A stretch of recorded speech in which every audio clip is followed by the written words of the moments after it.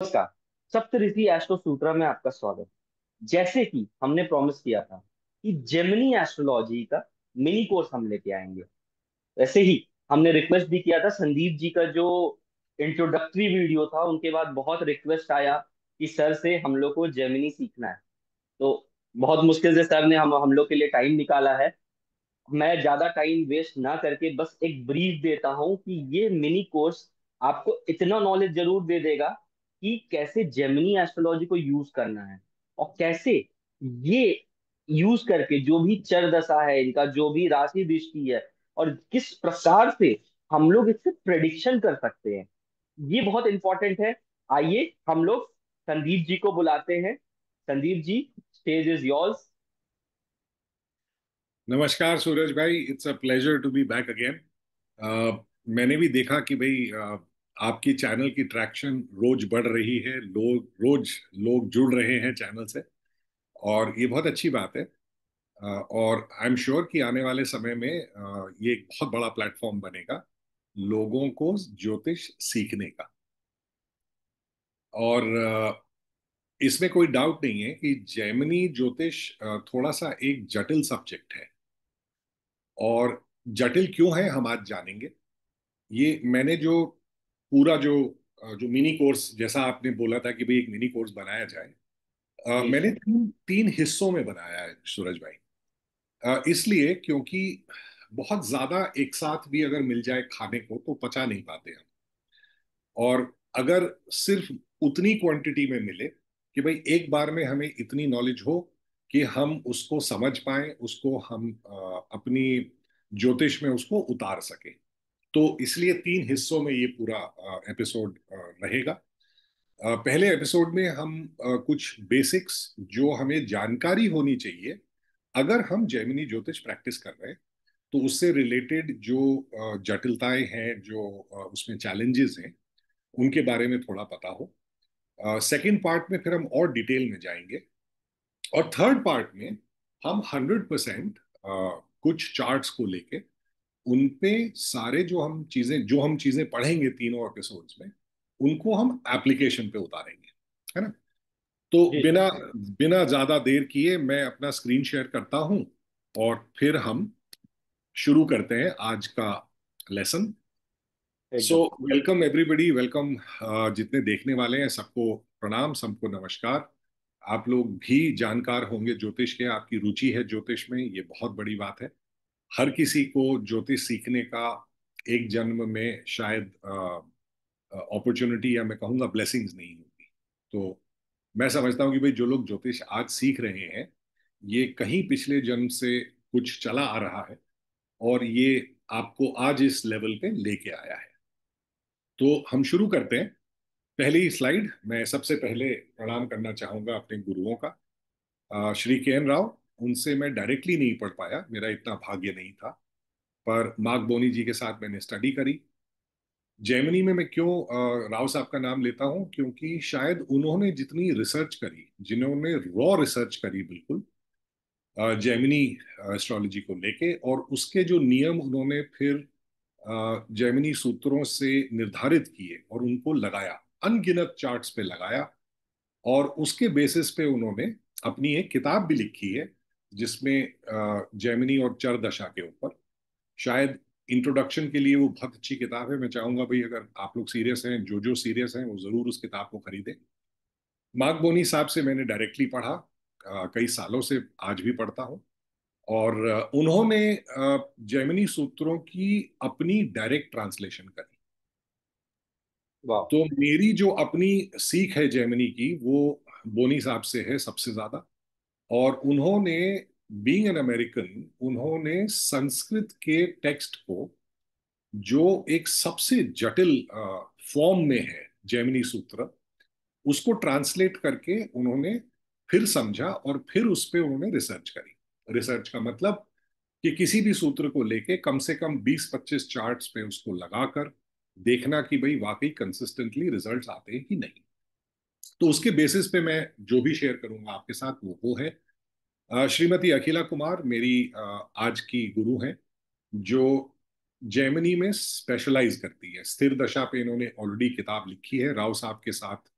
Second batch Bharatiya Vidya Bhavan की student रही, फिर आज फैकल्टी हैं वहां पर, बहुत सीनियर फैकल्टी हैं। और जेमिनी पे इनका खास तौर से इनका इंटरेस्ट है। और इनकी आने वाले शायद 4 5 या 6 महीनों में एक किताब आएगी और जिसमें बहुत डिटेल में जेमिनी को समझाया गया है। तो तीनों को प्रणाम करके, तीनों से आशीर्वाद पाकर हम आज की जर्नी शुरू करते हैं। धन्यवाद सर। हाँ। हाँ। जी। क्योंकि आप सर कुछ कह रहे थे? ये जो गुरुओं का परंपरा है सर, अक्सर देखा गया जी। है आजकल नए एस्ट्रोलॉजर्स अपने गुरुओं का नाम छिपाते हैं, कहते हैं उन्हें सिद्धि है। इसलिए सर ये एक्चुअल में होना चाहिए, बिकॉज आप कभी भी अपना, हम लोग, हो सकता है किसी एक दो को सिद्धि हो, but 99% it is passed on. Yes. Really love the way you explained how you have learn indirectly and directly. क्योंकि ऐसा है ना सूरज भाई, हम में से कोई भी ज्ञानी पैदा तो नहीं हुआ, और हमने जिंदगी में कुछ ना कुछ किसी से तो सीखा है। एकदम सही बात है सर। और अगर हम उसका आभार ना प्रकट करें तो कहीं मुझे लगता है आपको गुरु का श्राप भी लग सकता है। एकदम सो गुरु की तो अ, जितनी ब्लेसिंग मिले उतना ही अच्छा है। गुरु है, गुरु, गुरु माता पिता, तीन तो बिल्कुल भगवान रूप में है ना ये लोग। एकदम कि एकदम इनके इनके चरणों में जाके इनकी इनको आगे बता के कि भाई मैंने इनसे सीखा है, इसमें शर्म आने की या इसमें कोई गलत सोचने की तो बात ही नहीं है। और सही बात। आप कभी छोटे नहीं होते अगर आप अपने गुरुजनों का आदर प्रणाम करते रहे। एकदम सही बात। तो मैं तो ऐसा ही मानता हूं कि भाई गुरु है तो है ना। और एकदम गुरु कोई भी हो सकता है सूरज भाई। गुरु कई चीजें ऐसी होंगी जो आपसे पिछले साल भर में जो बातचीत हुई उनसे मुझे लगता है भाई कई चीजें हैं जो आपको पता है मुझे नहीं पता। तो जब एकदम मैं सही वो बात। आपके पास सीखने आऊं तो भाई मुझे एक शिष्य की तरह आना चाहिए, ना इस भाव से कि भाई सूरज मुझे क्या सिखाएगा, है ना। तो सही ये बात है सर। हम सीखते रहें तो बहुत ही अच्छी बात है। और जितना धरती से जुड़े रहें और भी अच्छी बात है। और अच्छी बात है। और अच्छी बात है। तो शुरू करते हैं आज की बात। मैं शुरू करूंगा इस बात से कि क्यों मैंने बोला कि भाई जेमिनी, सबसे पहला सवाल ये उठता है कि Gemini astrology main line astrology में क्यों नहीं इतनी प्रचलित हुई जितनी की पराशरी हुई। अब बृहद पराशरा होरा शास्त्र इतनी इतनी वॉल्यूमिनस उसमें श्लोक हैं और सारी डिटेल दी गई है। पर जैमिनी सूत्रों को समझने में थोड़ा समय ज्यादा लगा, या मैं कहूंगा कि लोगों ने ज्यादा समझा नहीं, क्योंकि उसकी संस्कृत फर्क है। उसकी जो संस्कृत है वो असल में सूत्र है। तो हम सूत्र किसे कहते हैं हम ये भी जानेंगे। श्लोक और सूत्र में फर्क है क्या, राइट। श्लोक थोड़ा सा आसान होता है, श्लोक थोड़ा सा डायरेक्ट होता है। पर सूत्र जो है वो कई सारी बातें बहुत ही कुछ चंद शब्दों में कह जाते हैं। उसके लिए उनको थोड़ा सा समझना जरूरी होता है। अब अलग जो एक और दिक्कत आती है वो ये दिक्कत आती है कि भाई जैसे हमारे पास बृहत्पराशर शूरा शास्त्र तो वॉल्यूम में उसके एक जगह पर पब्लिश्ड वॉल्यूम्स अवेलेबल हैं बहुत सारे। पर यस जैमिनी सर। सूत्र कहीं ना कहीं लुप्त हो गए, कहीं खो गए। और बहुत कम ऐसी मैन्युस्क्रिप्ट्स मिली जिनसे जोड़ के एक प्रोफेसर पीएस शास्त्री रहे जिन्होंने उनको जोड़ करके एक अपना वॉल्यूम बनाया। वो भी हम बताएंगे कौन सी किताब है, जो लोग खरीद चाहें तो वो उसको भी किताब को ले सकते हैं। जहां तक महर्षि जैमिनी की अपनी उसकी बात है, उसमें भी बहुत मतलब ये किसी को पता नहीं है क्लियरली कि जैमिनी महर्षि कौन थे। जैसे पराशर का तो हमको मालूम है कि भाई उनकी लिनेज क्या थी, वो वेद व्यास के फादर थे। उससे पहले वो पूरी लिनियज हमें दिखती है। पर महर्षि जैमिनी का ऐसा कोई क्लियर नहीं है कुछ। ये कहा गया कि भाई वेद व्यास ने उनको चूज किया अपने कुछ शिष्यों में से अपने 4 वेदों पे काम करने के लिए। और फिर इवेंचुअली शायद सामवेद की रचना में उनकी मदद महर्षि जैमिनी ने की। तो एक रेफरेंस ये हिस्टोरिकली आता है। एक और जो हिस्टोरिकल रेफरेंस आता है वो पूर्व मीमांसा सूत्र जो लिखे गए करीब 3rd सेंचुरी बीसी में, वहां पे भी एक महर्षि जैमिनी का नाम आता है। तो क्या ये वो थे, या ये शायद इन्होंने पराशर जी से ही एस्ट्रोलॉजी सीखी और फिर उसको आगे बढ़ाया अपनी रिसर्च से एक अलग तरीके से, क्या ये वो थे?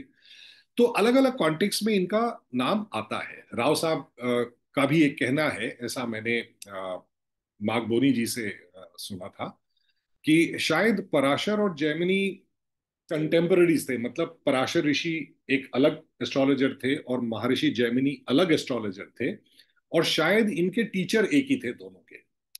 तो अलग अलग प्रिंसिपल्स पे उन्होंने अपनी अपनी एस्ट्रोलॉजी आगे बढ़ाई। पराशरी बहुत आगे बढ़ी, जैमिनी एक स्टेप पे आके रुक गई। डॉक्टर पी एस शास्त्री जो जिनकी शायद सबसे ओरिजिनल रिसर्च रही है जैमिनी सूत्रों पे, उनका कहना है कि शायद जिन्होंने उपदेश सूत्र लिखे वो कोई और ही महर्षि जैमिनी थे, और उनका इनसे कोई इन चीजों से लेना देना नहीं था। बहरहाल, जैमिनी पढ़ के हमें ये बात समझ में आती कि ये जो भी ऋषि थे, जहां जो भी इनकी लीनेज रही, पर उनका जो काम था उसको अगर हम समझें तो वो बहुत ही बिल्कुल जीनियस जिसे कहते हैं ना, उस लेवल का काम उन्होंने किया। आगे बढ़े तो, क्योंकि रिसर्च जैमिनी में थी नहीं, जैमिनी सबसे ज्यादा जो प्रचलित है या जहां प्रैक्टिस करी गई वो आंध्र प्रदेश के एरिया में सबसे ज्यादा मानी जाती है। वहां पे एक स्कॉलर थे या एस्ट्रोलॉजर थे विलेज किसी गांव में, जिसका जिसको राव साहब ने फॉलो किया। और राव साहब ने बड़ी कठिनाई से और बड़ी मेहनत से जो क्लाइंट्स उनके पास जाया करते थे, तो वो लिख के देते थे पत्री पे अपनी जो उनकी रीडिंग थी। उन्होंने वहां से नोट्स इकट्ठे करते करते अपनी फिर रिसर्च उसमें जोड़कर देख कर कि कैसे क्या चीज बैठती है, उन्होंने जेमिनी का फिर अपना एक नियम जेमिनी के बताए। और फिर राव साहब ने ये बोला कि इन दोनों को जोड़ के देखा जाए, पराशरी और जैमिनी। क्यों? क्योंकि कोई भी घटना किसी के जीवन में अगर होती है, तो कोई भी सिस्टम ऑफ एस्ट्रोलॉजी हो, चाहे वेस्टर्न हो, चाहे अरबिक हो, चाहे वो पराशरी हो, जेमिनी हो, दिखाना तो सबको एक ही इवेंट चाहिए। अब अगर किसी के यहाँ अगर एक बच्चे का जन्म हुआ है, तो कोई भी सिस्टम ऑफ एस्ट्रोलॉजी हम लें, तो यथार्थ या ट्रुथ क्या है कि भाई बच्चे का जन्म हुआ। कोई सही भी बात। सिस्टम हो, वो सिस्टम वही इवेंट दिखाना चाहिए। पराशरी में कई बार हमें थोड़े से कंफ्यूजन्स हो जाते हैं, क्योंकि दशा अंतरदशा बहुत लंबी होती है। 3-3 साल की दशा अंतरदशा होती है। अब किसी को ये बोलना कि आपका अगले 3 साल में बच्चा हो जाएगा या 3 साल में शादी हो जाएगी, एक बड़ा वाइड वो रह गया। क्लाइंट ये चाहता है कि भाई मुझे जितना आप नैरो टाइम बता सकें, उतना फिर आपकी एक्सपर्टीज मानी जाती है। तो पराशरी में हमने क्या देखा कि पराशरी में हमने देखा कि भाई बहुत सारी दशाएं हैं जो कॉम्पोजिट, जिसे हम कहते हैं कि विभिंशोत्तरी दशा है, पर करीब 38-40 और भी दशाएं हैं, जैसे द्वादशोत्तरी हुई, द्विसप्तति समादशा हुई, कि कम से कम 3 दशाओं में देख के हम किसी इवेंट को बोलें। उसी तरह से जैमिनी में जो चर दशा है, हम चर दशा को यूज विंशोत्तरी के साथ अगर करें, दोनों में अगर हमें एक ही चीज दिखाई दे रही है, तो हम कॉन्फिडेंटली बोल सकते हैं कि भाई इस तरह का इवेंट या इस तरह की चीज किसी के लाइफ में घट सकती है। जब हम कोर्स करेंगे अपना पूरा, तब आपको मैं और डिटेल में बताऊंगा कि कैसे एक विंशोत्तरी दशा अंतरदशा में जो 2.5 साल 3 साल की है, हो सकता है कि उसी के अंदर दो चर दशाएं बदल जाएं या अंतरदशाएं बदल जाएं। ज्यादा से ज्यादा जेमिनी में अंतरदशा 1 साल की होती है, उससे ज्यादा हो नहीं सकती। छोटे से छोटी 1 महीने की भी हो सकती है। तो जहां हमें इस तरह का ओवरलैप मिले, वहां पे हमारा कॉन्फिडेंस बढ़ जाता है किसी भी प्रिडिक्शन को करके, और जिसको राव साहब ने नाम दिया कॉम्पोजिट टेक्निक का। जो बहुत सारी किताबें हैं राव साहब की, जो लोग पढ़ी, कई हमारे जो लोग देख रहे हैं, जो ऑडियंस है, उन्होंने पढ़ी भी होंगी, तो उसमें अक्सर वो इस कॉम्पोजिट टेक्निक का बात करते हैं, और इसी को हम अपने कोर्स में भी अच्छे से डिटेल में समझाएंगे। चैलेंज क्या है? सबसे बड़ा जो जेमिनी का चैलेंज है वो क्या है कि साहब, बाकी सब तो ठीक है, पर एक सूत्र इतना छोटा होता है और उसके मतलब उसमें इतने छुपे होते हैं। तो मार्क बोनी जी ने कहा कि it's like pouring a ocean into a tea cup. आप एक प्याली में पूरे समुद्र को समाने की कोशिश कर रहे हैं। तो और दूसरा कि हर सूत्र का 3 लेवल्स पे मीनिंग है। पहला उसका शब्दार्थ, कि जो शब्दों में लिखा गया, जो सीधा शब्द यूज किया गया उसको हमने ट्रांसलेट किया तो हमने वहां से कुछ मीनिंग पकड़ा।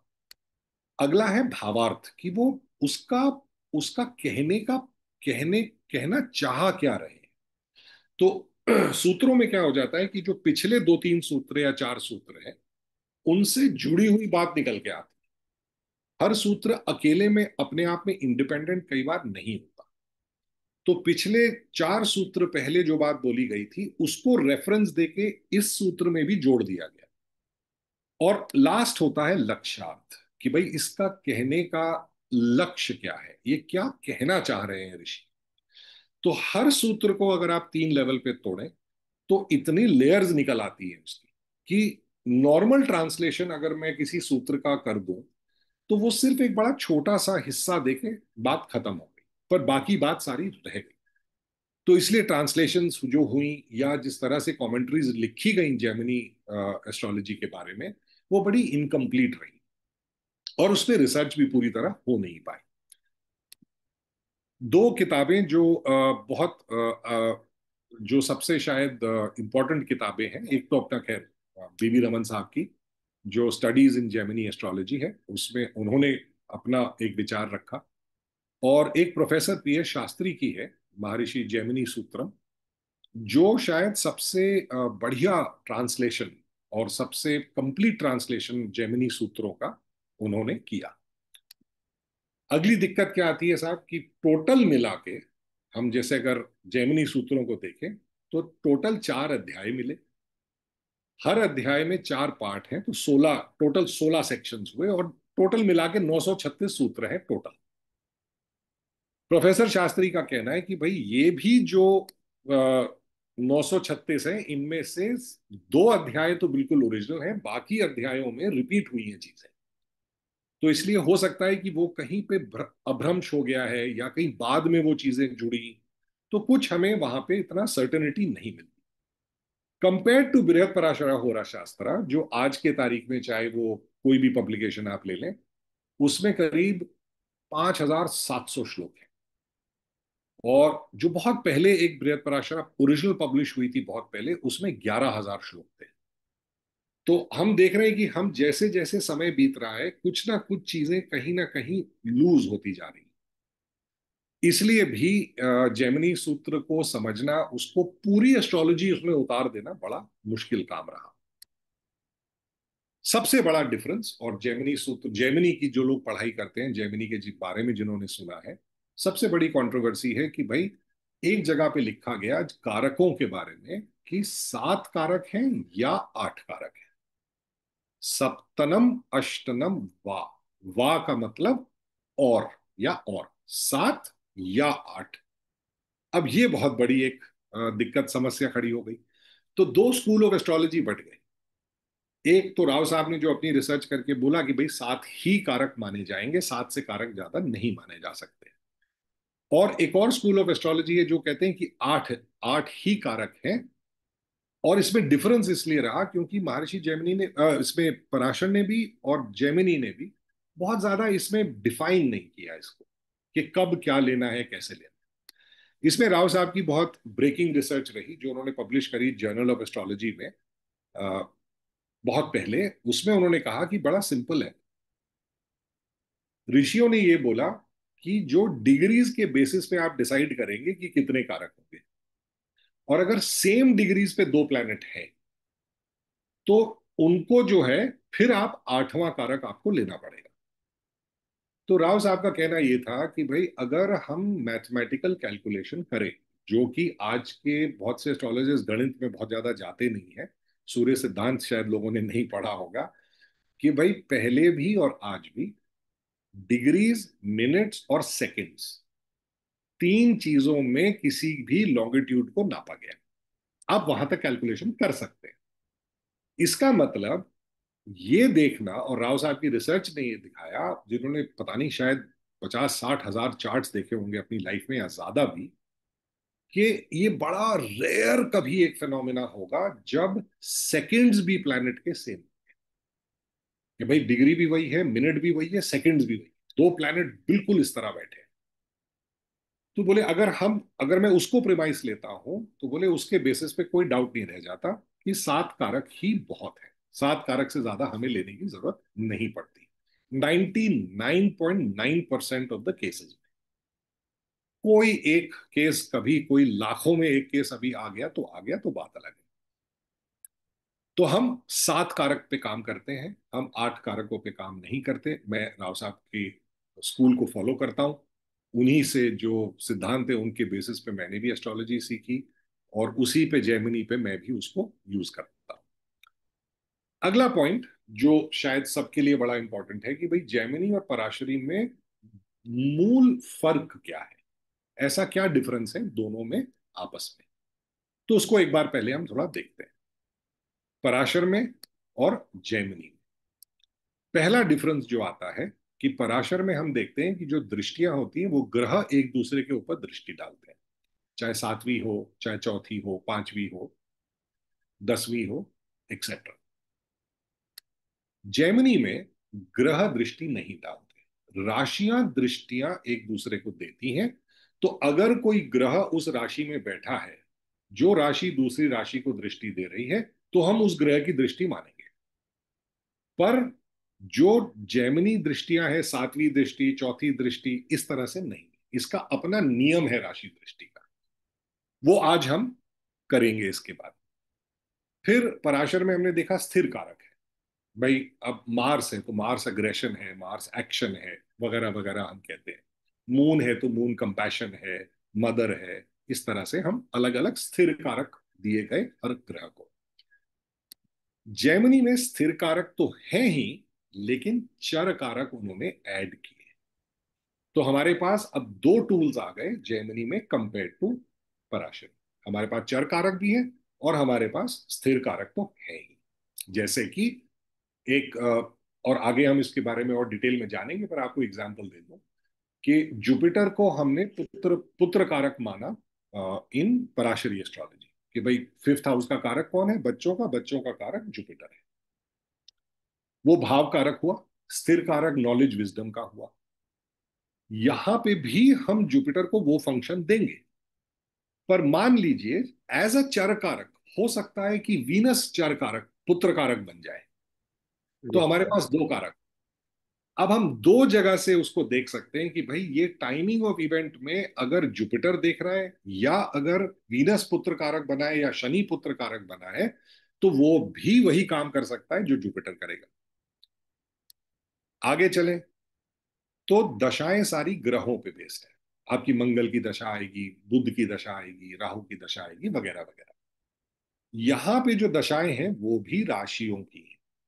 तो आपकी एरीज की दशा चलेगी, या आपकी टॉरस की दशा चलेगी, या लीब्रा की दशा चलेगी, और वहां से हम आंकलन लगाएंगे कि भाई क्या हो रहा है चार्ट में।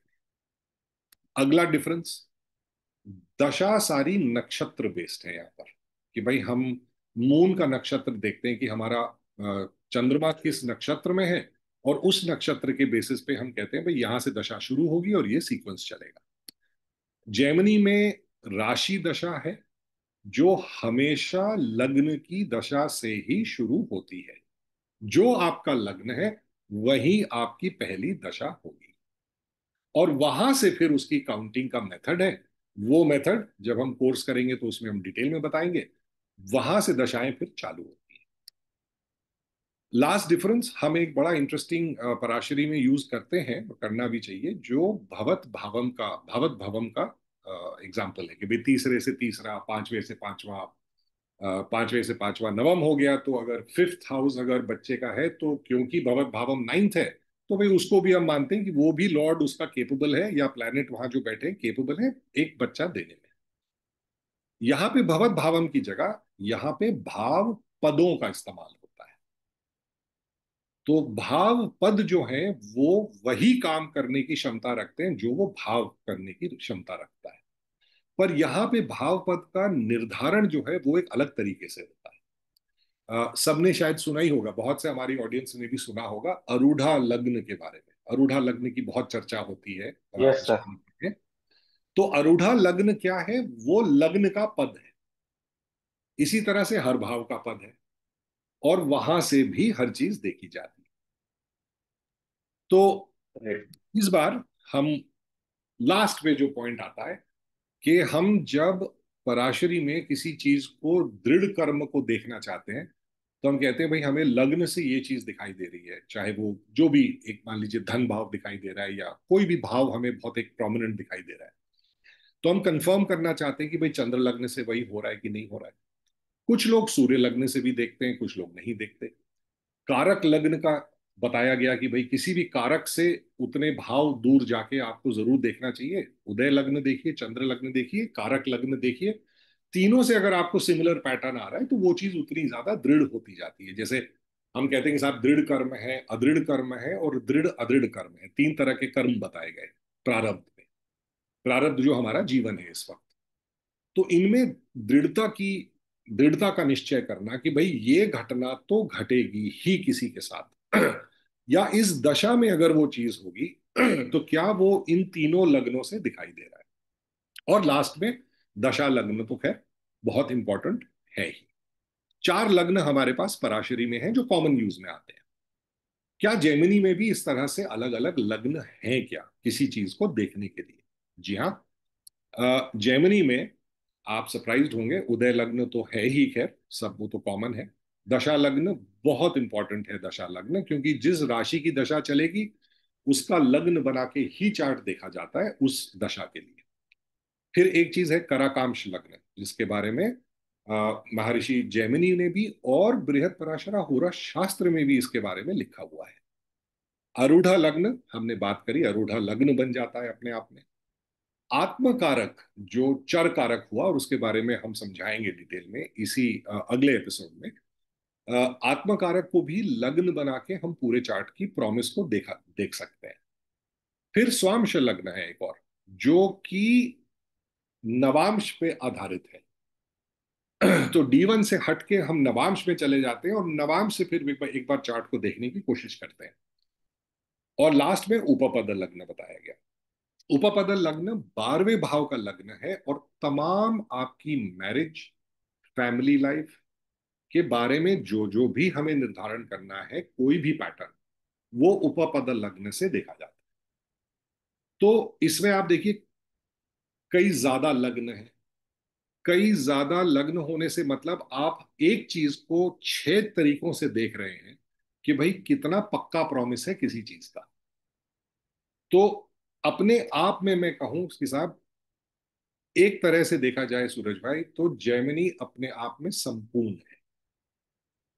सही बात है। पर इस पे इतनी रिसर्च नहीं हो पाई, या इतना लोगों ने इस पे समय नहीं लगाया कि भाई मैं एक किसी कॉन्सेप्ट को पकड़ के किसी मैं इवेंट पकड़ लेता हूं कि भाई आज कोई एक मैं इवेंट, मैंने मान लीजिए चाइल्ड बर्थ पकड़ लिया, तो क्या मैं जैमिनी सूत्रों के नियमों के हिसाब से 100 चार्ट पे वो प्रिंसिपल लगाए कि नहीं लगाए? तो राव साहब और भारतीय विद्या भवन में जो रिसर्च शायद हुई, वही एक मेन हमारा सोर्स आज नॉलेज या इंफॉर्मेशन का बन पाया। और मैं चाहूंगा कि अगर जब श्रीमती अखिला कुमार जी की किताब आती है, वो शायद अपने आप में एक पाथ ब्रेकिंग किताब हो, जिसमें बहुत डिटेल में एक एक चीज सिंप्लीफाई करके उन्होंने बताने की कोशिश करी है। तो आज हम एक चीज राशि दृष्टि, सबसे पहला टॉपिक आज हम पकड़ लेते हैं कि भाई सबसे फंडामेंटल जो है, इसमें क्या होता है कि जो चर राशियां हैं, चर राशियां दृष्टि देती हैं स्थिर राशियों को, सिवाय उस राशि, क्यों, चार तो हमारे पास हुई चर राशि, चार हुई स्थिर राशि। तो चर राशि स्थिर राशि को दृष्टि देगी, पर जो अपने बगल में है उसको नहीं, उसको छोड़ के। तो हमेशा चर के बाद स्थिर आएगी, तो उसके जो इमीडिएट जो अगली जो स्थिर राशि है उसको छोड़ के बाकियों को वो दृष्टि देगी। मैं आपको चार्ट में भी दिखाऊंगा। फिक्स्ड राशि जो है चर राशियों को देखेंगी, सेम नियम, अपने बगल वाली को छोड़ के। और जो द्विस्वभाव राशि हुई वो सारी आपस में एक दूसरे को देखती है। तो ये इसका एक बेसिक नियम है, क्योंकि हमें ग्रह दृष्टि की आदत है, तो थोड़ा सा इसमें समय लगता है समझने में कि भाई कैसे दृष्टि जाएंगी। और बड़ी मजेदार बात है कि साहब मैं पराशरी एस्ट्रोलॉजी सूरज भाई टोटल नॉर्थ इंडियन चार्ट से करता हूँ, पर जब जेमिनी करनी होती है तो मुझे बहुत। साउथ इंडियन चार्ट बड़ा आसान लगता है। और जेमिनी एस्ट्रोलॉजी में वो क्योंकि आपने दृष्टियां हैं, सामने। वो बिल्कुल फटाक से दिखाई दे जाता है। अब मैं आपको एग्जांपल देता हूँ, आप ये चार्ट देखिए। भाई अब हमने कहा कि भाई 1 4 7 10, तो हमारा केंद्र में आ गए नॉर्थ इंडियन चार्ट। हम्म। अब एकदम। इसमें इसमें 1 4 7 10 इतने आसानी से दिखाई नहीं देते साउथ इंडियन चार्ट में, जिसको आदत है वो देख लेता है। अब जब मैं राशि दृष्टियों की बात करूं तब आप देखिएगा। तो हमने कहा कि भाई जो भी राशि है, जो चर राशि है, वो स्थिर राशियों को देखेगी अपने बगल वाली को छोड़ के। तो और। जब हम एरीज से शुरू करें, जो पहली हमारी राशि हुई, जो चर राशि हुई, वो उसके बाद देखा जाए तो भाई अगली स्थिर राशि लियो आती है, तो वो लियो को हम्म। दृष्टि डालेगी। बगल वाली जो कैन टॉरस है उसको नहीं देखेगी, क्योंकि छोड़ बगल देंगे। वाली पे दृष्टि नहीं डालते। अगली दृष्टि उसने फिर डालनी है फिक्स्ड राशि पर, तो फिक्स्ड राशि लियो के बाद आई स्कॉर्पियो, सामने। तो वो स्कॉर्पियो को देखेगी। और इसके बाद फिर आएगा अक्वेरियस, तो ये दृष्टियां बनेगी।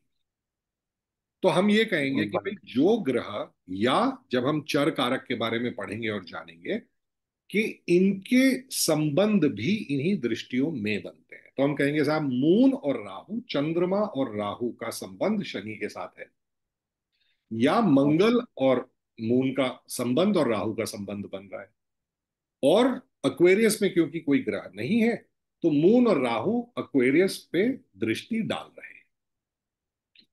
तो दृष्टियां अब आप देखो कि इसमें अगर हम नॉर्थ इंडियन चार्ट में दृष्टि निकालना शुरू करें तो थोड़ा सा कंफ्यूजिंग हो जाता है, क्योंकि हमें ग्रह दृष्टि कंफ्यूज। तो बड़े आसानी से आ जाती है यहाँ पर। तो मेरे को एटलीस्ट मेरा अपना यूज ऐसा रहा कि भाई मेरे को जेमिनी साउथ इंडियन चार्ट में ज्यादा आसान लगी देखनी, और पराशरी जो है वो नॉर्थ इंडियन चार्ट में ज्यादा लगी आसान।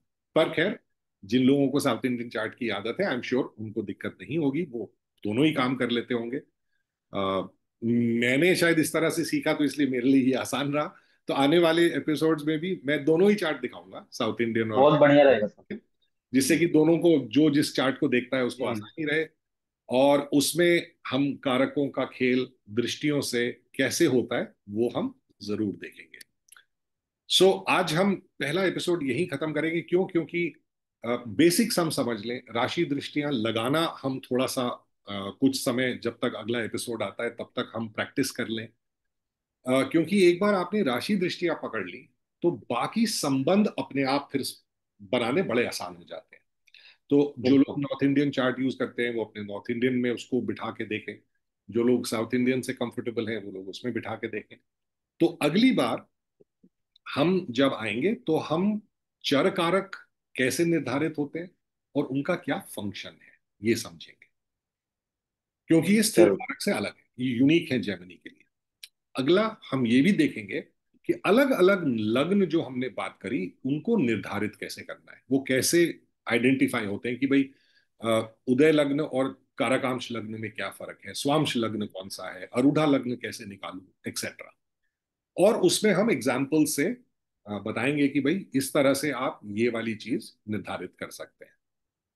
और थर्ड एपिसोड में फिर हम जाएंगे राजयोग और उनकी एप्लीकेशन, अरूढ़ा लग्न से क्या सूत्र दिए गए, राजयोग जेमिनी के कैसे बनते हैं। और हम एग्जाम्पल्स देखेंगे, सचिन तेंदुलकर, अमिताभ बच्चन, इन सब के हम एग्जाम्पल्स देखेंगे कि इनके चार्ट्स में जो दिख रहा था। और मैं वो एग्जाम्पल ले रहा हूं सूरज भाई जो सेलिब्रिटीज हैं, वो इसलिए कि कोई ये ना बोले कि भाई हमने कोई चार्ट लगाया सर, हमें तो पता ही नहीं था किसका था, आपने जो बोला वो सही था। तो हम सेलिब्रिटीज के चार्ट लगाएंगे, जिसको उस दशा या उस सालों के बारे में पता करना है तो विकिपीडिया पे अवेलेबल है सब कुछ। तो ये साफ प्रमाणित हो जाएगा कि भाई ये सूत्र लगते हैं, है ना। एकदम। एकदम तो सर। ये लेके हम लोग फिर अगली बार और आएंगे। साथ ही साथ मैं जो भी व्यूअर्स हैं और जो भी एस्ट्रोलॉजिक एंथुसियास्ट हैं उन लोगों को ये रिक्वेस्ट करूंगा कि आप कमेंट करिए। संदीप जी जब भी फ्री होंगे वो डायरेक्ट रिप्लाई करेंगे। ठीक है, पिछले भी मैंने देखा कि बहुत सारे रिप्लाई संदीप जी ने किया है, और ये बहुत अच्छी बात है। क्यों? क्योंकि when you are getting connected to the teacher itself directly, वो आपका कॉन्सेप्ट ज्यादा क्लियर होगा। तो संदीप जी जरूर कमेंट करेंगे, और इनका अब एपिसोड्स जो रहेंगे, आई विल ट्राई कि संदीप जी टाइम दें अगला जल्दी से, और फिर हर वीक एक एक करके एटलीस्ट एक मंथ के अंदर इनका पूरा जो मिनी कोर्स है वो हम लोग आपको दे दे, ताकि एक लंबा ड्यूरेशन ना हो, कम समय में आप लोग उसके सीख के फिर जैसा होगा संदीप जी से हम लोग कोशिश करेंगे आप लोग के लिए एक फुल कोर्स संदीप जी के थ्रू जो पेड रहेगा डेफिनेटली, ये हम लोग भी लाने का कोशिश करेंगे। बिकॉज देखिए, नॉलेज आपको 10 जगह मिलेगा, बट उसको डिस्पेंस करने का जो तरीका है, द वे, द फ्लुएंसी, देखिए पीपीटी में भी फ्लुएंसी था और उससे ज्यादा इनके बोली में फ्लुएंसी था। तो वो जो फ्लुएंसी था, और खास करके जो इनका एक्सपीरियंस है, बुक में आपको एग्जाम्पल मिलेगा, बट जब इन्होंने जिससे सीखा, तो you are not only getting the experience of Sandeep ji, but Marc Boney, K N Rao and P S Shastri, क्योंकि सर ने बहुत ही अच्छा रिसर्च किया है, और साथ ही साथ अभी जो अकीला मैम है उनका भी, तो you are getting the combined experience of all. इसीलिए कहा जाता है कि एस्ट्रोलॉजी अब आज के डेट में बुक लिख दिया गया है, बट पहले तो मौखिक होता था, सिखाया जाता था। ठीक है सर, नमस्कार, आपको बहुत बहुत धन्यवाद, मिलते हैं हम लोग अगले एपिसोड में। जल्दी थैंक यू मिलते हैं। सर। बिल्कुल सुरेश भाई। यस।